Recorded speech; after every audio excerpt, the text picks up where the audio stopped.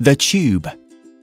The London Underground, also called the Tube, is the oldest in the world, but 55% of it is above ground. The first line opened in 1863 and was only 6 kilometers long. It used a steam locomotive. Later, they introduced electric trains and they added other lines. Today, there are 11 tube lines covering a total of 402 kilometers, and there are 270 stations. Black cabs.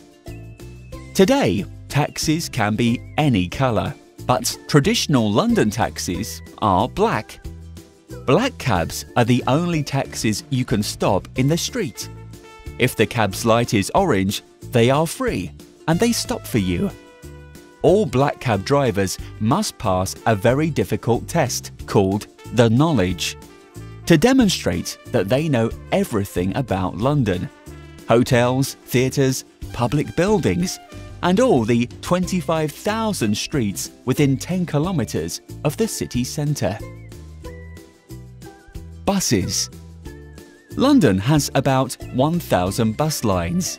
People sit or stand in a queue at the bus stop, and if the bus is full, they aren't allowed to get on. They have to wait for the next bus. The most popular buses are the red double-deckers, buses with 2 levels. If they have an open top, double-decker buses are a great way to see the city without getting too tired. River buses. These ferries are a great way to travel, not only for tourists, but also for people who don't like city traffic. You can go from one side of the River Thames to the other in a very short time, and you can also enjoy the sights of London.